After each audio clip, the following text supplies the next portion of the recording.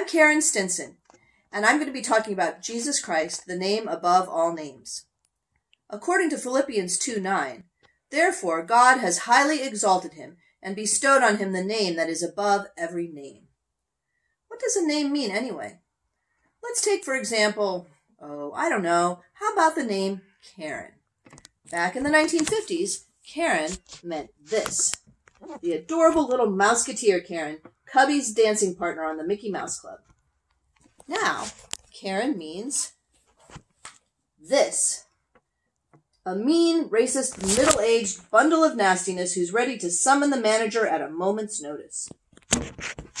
What happened? Well, according to the records of the Social Security Administration, Karen first broke into the top 1,000 girls' names back in 1906. It was only number 940, but hey, you gotta start somewhere, right? Karen only made the top 1,000 names 3 more times between 1907 and 1927, and each time it was in the 900s. Then, in 1928, Karen's fortunes began to change. Karen hit number 818 and kept moving up from there.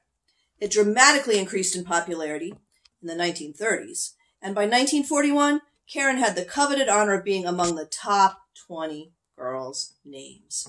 Karen climbed higher and higher in the ranks until it reached the dizzying height of number 3 in 1965, when 32,870 little bundles of joy were christened with the charming moniker Karen. Look at the 1965 name list, and you will see that Karen was indeed a name above every name. Well, almost every name. The name that was actually above every name in 1965 was Lisa. But then, Karen's popularity began to decrease. It dropped out of the top 20 in 1972 and exited the top 100 in 1987. Gradually declined year by year, until in light of recent events in the meme world, it had a precipitous plummet from 557 in 2017 to 828 in 2020. In 2021, for the first time since 1927, Karen was completely absent from the list of the top 1,000 girls' names. Gone, as if it had never even existed. So, names can creep slowly up the popularity charts, or they can zoom up the charts at lightning speed. They can rise to being the name above all names for a glorious year or 2, or 10, or 100, or 1,000, then slide back into the dismal void of unpopularity.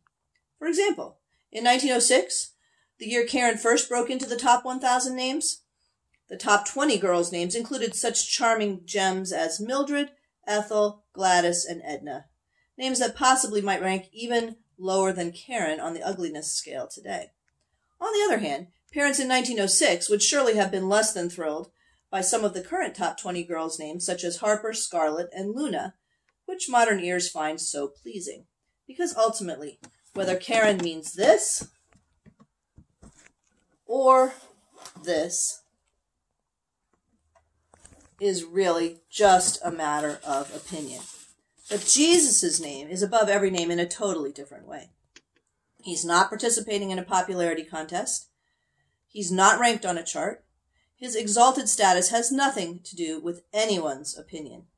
Even if every single person on the planet Earth considered Jesus to be lowlier than a Karen or a Mildred or a Gladys in a world dominated by Lunas, Harpers, and Scarletts, his actual status would not change.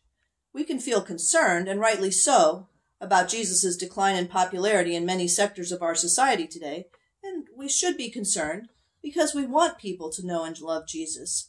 We want him to be popular and beloved because then more people will have his joy, comfort, and love, and ultimately his gift of eternal life. But whether or not Jesus' name is honored by people on earth, he is still, and always will be, the Redeemer of the world, the name that is above every name.